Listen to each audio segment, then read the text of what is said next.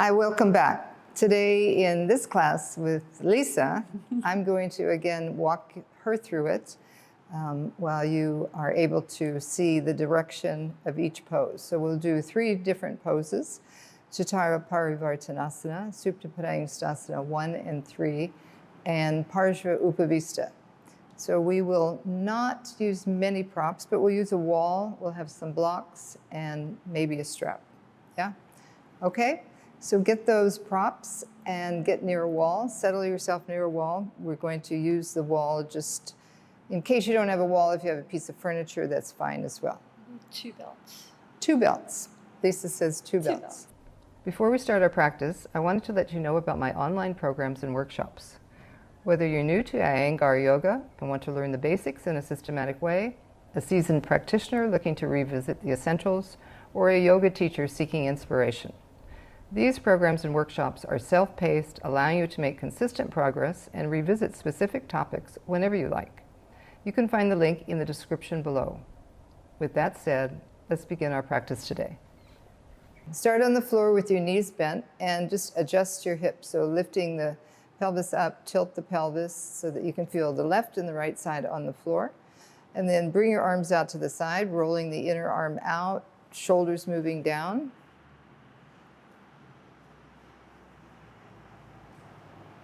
Okay, so now you're going to take the block and raise your right leg up. So just bring the block behind your right thigh. Right now your knee is bent, your left foot is on the floor, and I want you to straighten the leg so you can feel the front of the thigh moving toward the back of the thigh, and as you hold that block, press the front of the thigh into the block.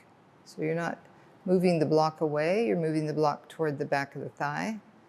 And as you do that, bend your knee again. As you do that, I want you to be aware of the outer right buttock, the outer right hip, and how that moves also in the same direction. It's all part of the leg, so straighten the leg. Heels right above the hip, spread the toes, draw the toes down towards you. Okay. And then release. We'll do the other side. So start with both feet on the floor. Adjust the pelvis if you need to. So your top of the buttocks is moving down toward the feet, and your lower back is on the floor. Abdomen is moving down. Chest is broad and wide. Okay, lift the left leg. Take the block. And then to straighten the leg, press the front of the thigh into that block as you hold it in the hands. So there's a nice firmness there. There's a bit of resistance, so the thigh can't move back too much. Left thigh, front of the thigh, the skin, the flesh, the muscle, all of that moving toward the back of the leg. Spread the back of the leg. Now bend the knee again. Take hold of the block, so you're holding it. Keep the shoulders, collarbones wide, shoulders moving down, and then straighten the leg. Heel above the hip. Lengthen the calf up toward the heel, draw the toes back down. While you pull that block to the back of the thigh, move the front thigh toward the back. Stay with your breath, abdomen moving down. Feel your lower back on the floor. And just observe that connection from the leg, from the heel, all the way down into the hip. Buttock moving away, lower back lengthening, and then come down. Okay. Supta Padangusthasana I. Okay. So now you're laying on your back. We're going to use the strap. She bent her knee. She brought the strap here around the top of the thigh. And then it also goes around the bottom foot, around the heel, okay? And adjust it by moving the strap back and forward so this buckle is not on your hip. Now here, you're going to raise the leg up, take the strap on the foot, and extend through that bottom leg. So here, I mentioned in Supta Padangusthasana I that the hip is moving down. The thigh, we use the block for the back of the thigh. Now you're pressing the bottom foot, which is drawing this hip back, the buttock down, and toward the heel. Okay, so you're getting both of those actions. With the block, imagine the block is still there. Pressing, press into the block. That's it. And with the bottom foot pulling on the strap to move the outer hip to lengthen the lower back. You can see your knees. Draw the kneecap up, tighten the knee, spread the foot. Feeling those connections, the bottom leg, as it extends, how straight it is, how extended it is, pressing into that rope, feeling the combination of the bottom foot and the top hip. Okay, and then take that down. And you're going to bring the strap onto the other side, around the bottom of the right foot now.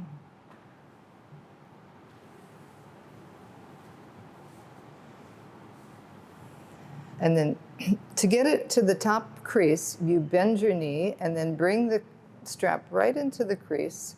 Keep the knee bent so that it stays there, because you want it to be able to adjust that whole top of the femur bone and the buttocks.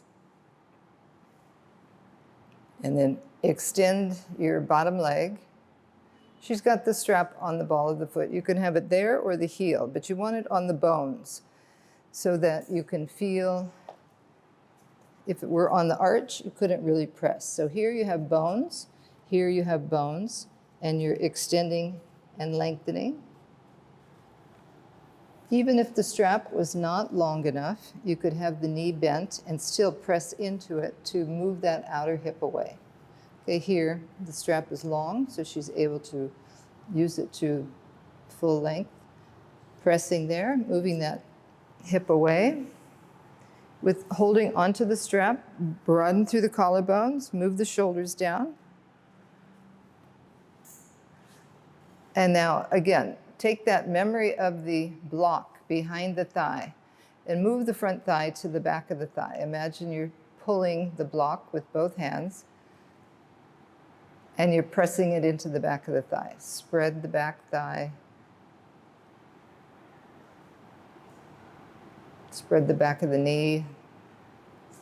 Lengthen the calf toward the heel.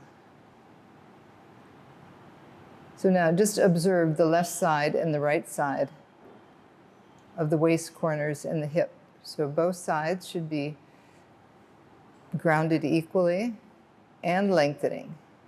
Oftentimes when we do this pose, that lifted leg, the whole buttocks lifts up toward the left waist, toward the left lower back. So here you're getting space in the lower back and in the pelvis. Okay, and then release. Take the leg down. And now you're going to come into variation, Supta Padangusthasana III, and you're going to use the wall for this. Okay, so you're going to lie down on your mat, taking the mat. So we have two mats here. One is across right under the shoulders, so she can hold onto the mat. And as she holds it, she pulls to keep that width across the front of the chest, move the shoulder blades down. Now, extend that left leg out. Press it into the mat. Keep it pressing into the mat so it's not sliding around, toes moving up, and then lift the right leg up. Now, before you take the leg over the wall, remember how you had that strap on the top of the thigh. Keep that outer thigh and the back of the buttock moving toward the bottom of your mat and bring the leg over. That's it. Touch the wall. Once you have touched the wall, press and draw the toes back and connect the heel back to that outer hip. And then just observe your shoulders, your chest, which shoulder is lifting, which one has come off the floor, which is grounded, and then come back to the breath. And because this is a twist, you come back to that breath at the abdominal area, exhaling, turn the lower abdomen toward the upper abdomen. So here, the leg is just in line with the hip. In the final pose, the leg comes up and is being held by the hand. So now Lisa's going to bring the leg further, and you can take hold of the big toe, but keep the heel pressing against the wall to maintain that connection and awareness of that outer hip moving away. So your left sitting bone is moving towards your right foot, the outer right hip of the left, or the right is moving away from your waist. All right, and then release, come back. She's going to bring that leg down, and then you're going to turn to the other side.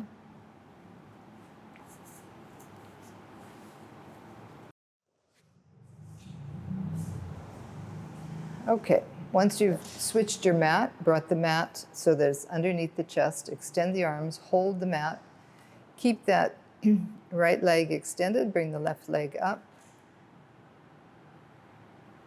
and then bring the leg over. So the space from your lower hip to your upper hip, you want that to be perpendicular to the floor as much as possible. So that outer left buttock is connected to that leg. Press the heel, draw the leg back into the pelvis. Keep extending through the right leg, extend the right heel, straighten that leg. That's it. Turn the chest, and then begin to bring the foot closer toward the alignment of the right hand. If you can catch the toes, catch the toes. If not, you could have a strap there as well. Press the heel, and while you have the hand on the toe, pull back and bring more weight onto that left shoulder. Press the left shoulder down, turn the left chest down, turn from the right abdomen up toward the navel. With each breath, do get a little bit of a twisting action, turning action from the lower right side to the left of the trunk. Stay with your breath. All right, and then release. Bend your knees. Bring your knees into your chest, just to pause there.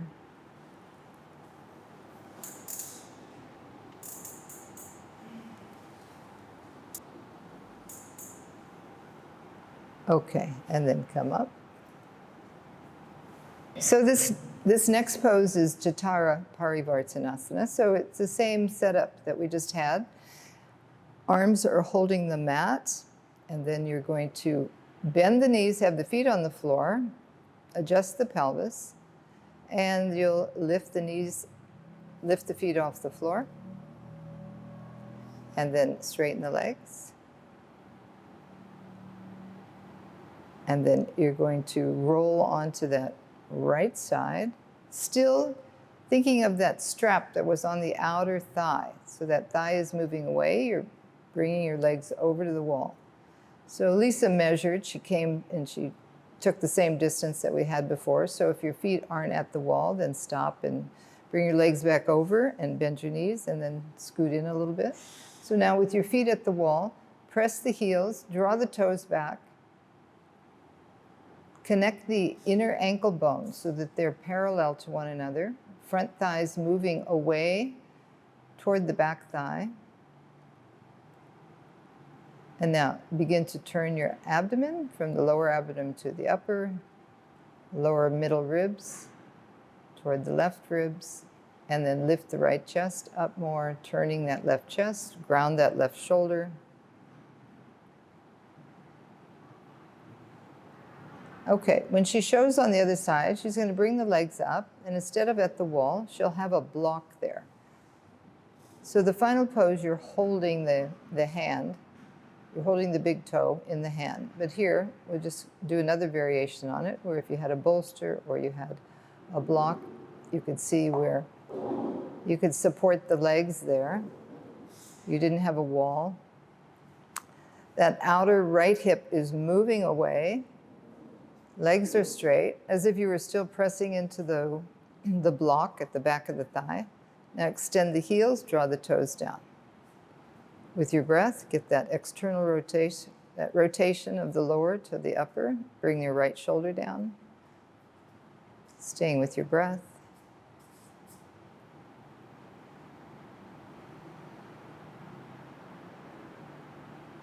Extend the arms, extend the shoulders, shoulder blades moving down. All right, and now bend the knees and bring the legs back. Bring the feet down. Okay, so you've turned to the other side now, shoulders down on the floor, shoulder blades moving down. So keep the whole upper back against that mat and use the hands on the mat to maintain that movement of the shoulder blades down. So when you turn the hands on the mat, automatically the inner arm lifts, shoulders move down. So maintain that. Hips on the floor evenly. Bring the legs up. Extend the legs. Now remember that strap that we used before on the top of the thigh. So keep the outer thigh moving away and begin to synchronize your breath, the movement of the legs and the arms. So bring the legs over without losing the arms. Extend, press the heel into the wall. And as you connect the heels, look over there at your ankle bones. You want to have the ankle bones more or less at the same height, same levelness. Use the feet at the wall to get that and draw the legs back to the pelvis. Observe your shoulders, your arms. Once you observe that, what do you need to do to bring both shoulders down, ground both shoulders, and then begin to turn from the lower abdomen to the upper abdomen. And as you turn from that left side to the right side, you can bring more weight onto that right shoulder. You can bring the right back ribs down toward the floor more. Move the outer right hip away from that right waist. All right, and then we're going to come up, come back to the center, and you'll go over to the other side using that block. Support your legs with the block. So adjust the block. So even though you're supporting your legs, you're still getting that extension through the heels, through the whole back of the ankle, toes moving back towards you. Feel your ankle bones. Try and line them up so that both hips are even, both legs are even, and you're getting that connection that you had at the wall to draw back into the hips, especially that lower hip. The lower hip is the one that wants to lift up. So from that lower leg, you're moving that lower hip back. Begin to come back to the breath, your chest, your shoulders, and then bring the legs up. Okay, and then bend the knees, bring the feet onto the floor.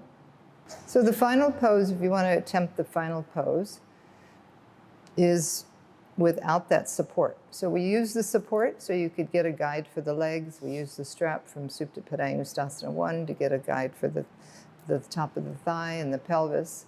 So now, to do this on your own without those supports, just bring your feet onto the floor and lift your pelvis up to the right slightly, move it to the left. And then place it down. Keep the arms grounded, moving down, and then bring the knees towards you and straighten the legs up. Connect the legs to the hips, and now pressing the arms, pressing the shoulders down, start to bring the legs over to the right side. Remember that strap on that outer hip, moving the right thigh away, extend through the legs. Now just observe your shoulders. Can you bring that left shoulder down a little bit more? Stay grounded from the right abdomen, turn toward the left. Keep the legs lifted off the floor, feet extended, broad, toes spreading, heels extending. And then inhale, come up. Bend the knees, bring the feet onto the floor. Shift your hips to the other side. Keep that outer left hip moving toward the wall as you bring your legs up. And then you're essentially rolling over that left hip so that left buttock stays under. You're pinning it under and you bring the legs over. Hovering the legs above the floor. Observe the shoulders, feel that how that one shoulder wants to come up. Lengthen through that. You can hold onto the mat if that helps you to ground the shoulders. And then turning from the left side toward the right. Keep the feet active. And then come back to the center. And the knees. Okay, now we're going to do it one more time. You're just going to lift the legs and lift the hips without having the feet on the floor, and just adjust the hips to the side. Lift up and then come over, not holding too long. Bring the feet over. And then inhale, lift up, shift the hips, and then bring the legs over. Keep the arms grounded, legs hovering. Turn the abdomen, turn the chest. And then inhale, come back into the center, bend the knees, bring the knees into the chest. Parsva Upavistha.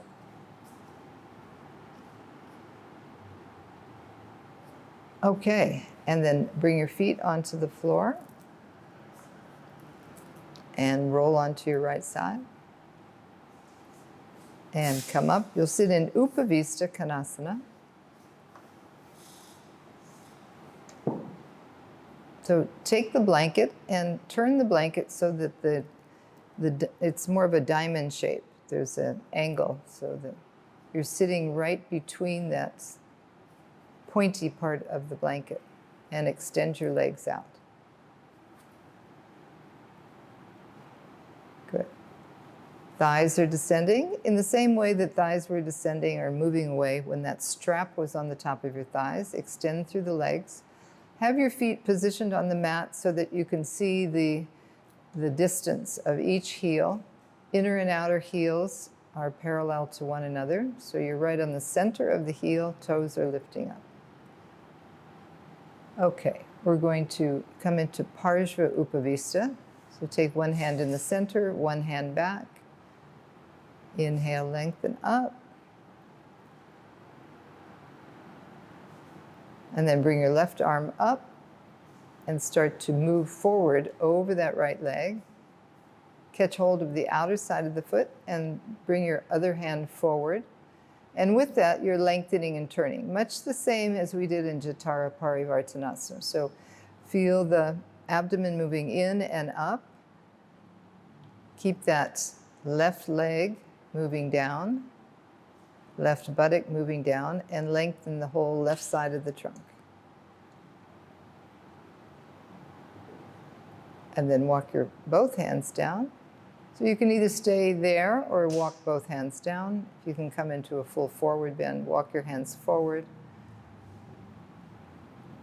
So the middle part of the back, of the left side of the back, likes to lift up. So lengthen even more with that left arm.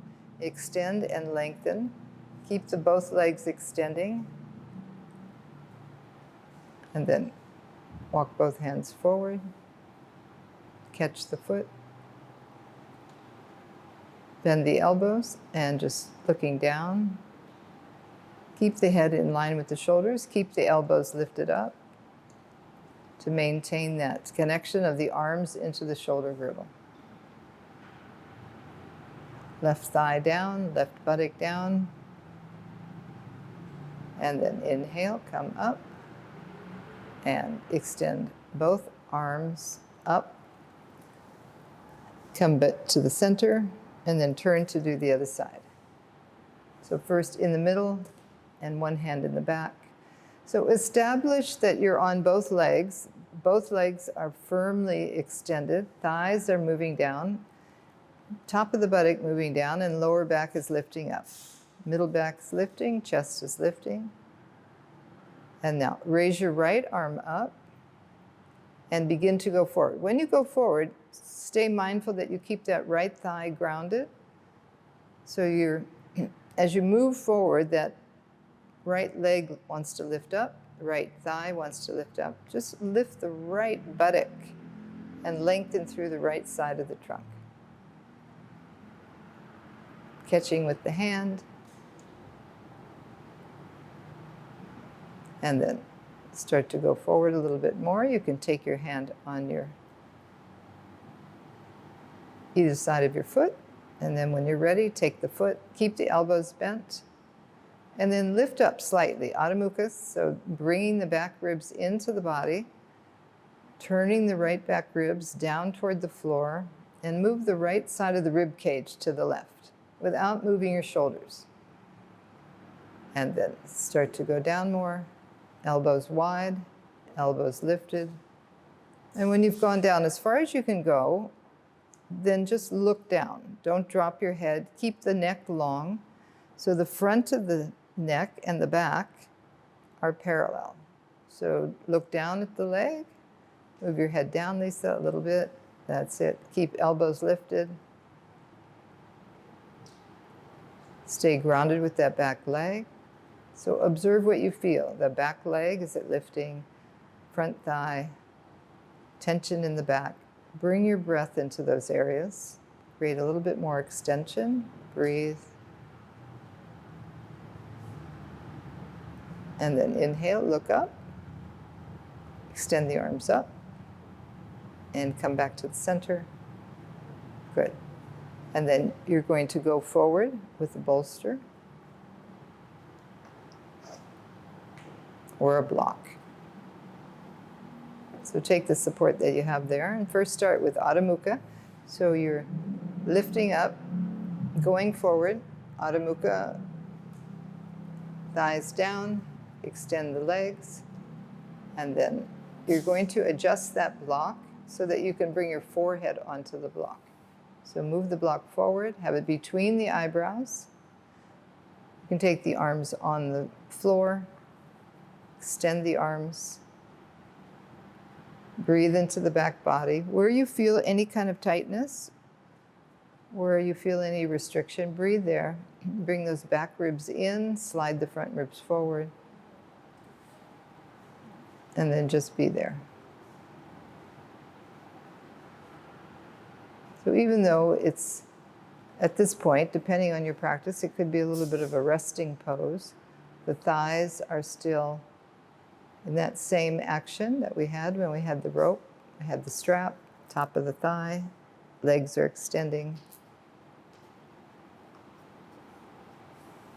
And then bring the forearms on the floor. Raise the block up. And again, bring the forehead on the block.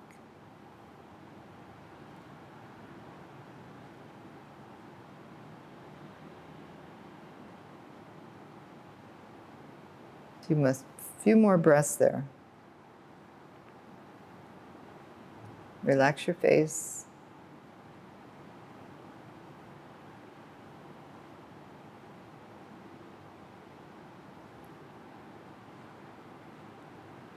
All right, and then coming up, move your hands back.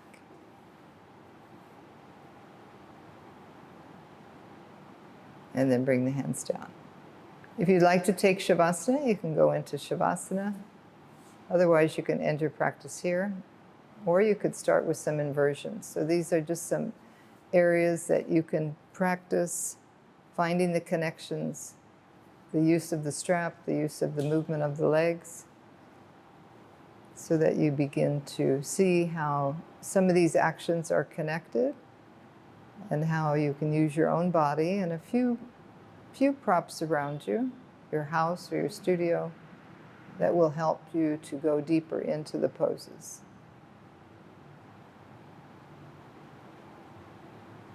So as you lay down, block on the abdomen, relax the abdomen, relax the legs, the thighs, the knees. And as you're there, just observe your lower back. See, did you bring your lower back away from the buttocks? So the buttocks is moving towards your heels. So you can always start by adjusting the pelvis. And when you're in Shavasana, it's not too late. So you start to observe yourself and what you need to do to adjust. Because if you don't, your nervous system will still be switched on. So just making yourself as symmetrical as possible so that you can rest your body, rest your nervous system,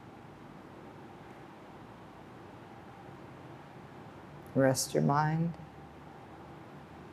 using the breath as that guide to bridge between all of the systems of the body, allowing yourself to let go. You can stay in Savasana. We'll set a timer for you. Stay as long as you'd like.